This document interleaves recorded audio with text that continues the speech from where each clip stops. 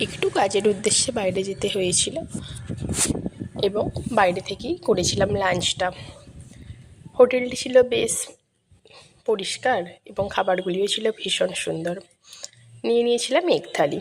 থালিতে ছিল plain rice, করলা আলু ভাজা, আলু সেদ্ধ, পাঁপড়, স্যালাড, ডিমের একটা কারি আর ছিল ডাল, লাউ এবং আলু দিয়ে একটা তরকারি ছিল।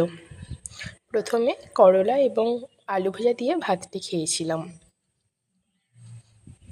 তারপর ভাতেতে ডাল মেখে নিয়েছিলাম এবং সবজিটা মেখে নিয়েছিলাম। প্রত্যেকটা খাবারই ছিল ভীষণই সুন্দর। তারপর এগ কারিটা ভাতেতে মেখে নিয়েছিলাম। আর ওনারা আমাদেরকে বললেন যে এখানকার মুড়িঘণ্টটা খুব স্পেশাল, তাই মুড়িঘণ্টটা তারপর পরে অ্যাড করেছিলাম। ভিডিওটি ভালো লেগে থাকলে লাইক, কমেন্ট, শেয়ার এবং সাবস্ক্রাইব করবেন আরও নতুন ভিডিও পাওয়ার জন্য।